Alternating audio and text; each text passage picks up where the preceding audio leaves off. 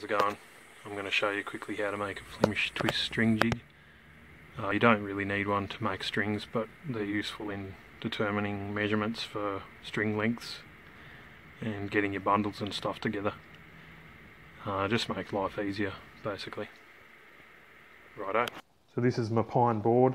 It's roughly a 2x4, but it's an imperial metric size, and it's I think it's closer to 2x3.5.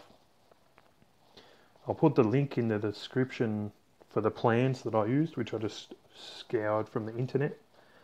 The idea is that there's a series of nails, and there should be enough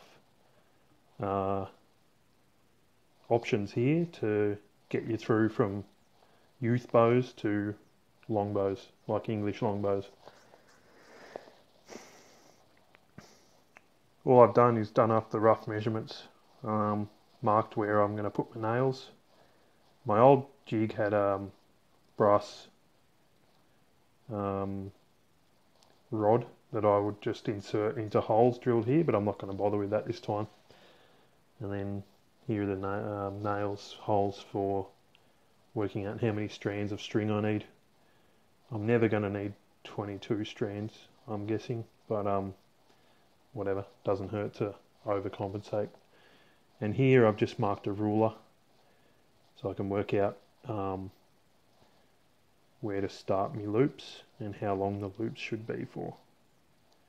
Alright, bear with me, I'm just going to nail the holes in and then see you soon. There she is with the nails in her.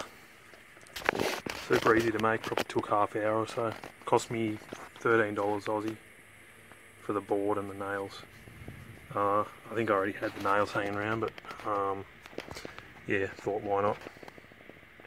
Just a pencil, ruler, nails, hammer, saw. Now we can make some strings later.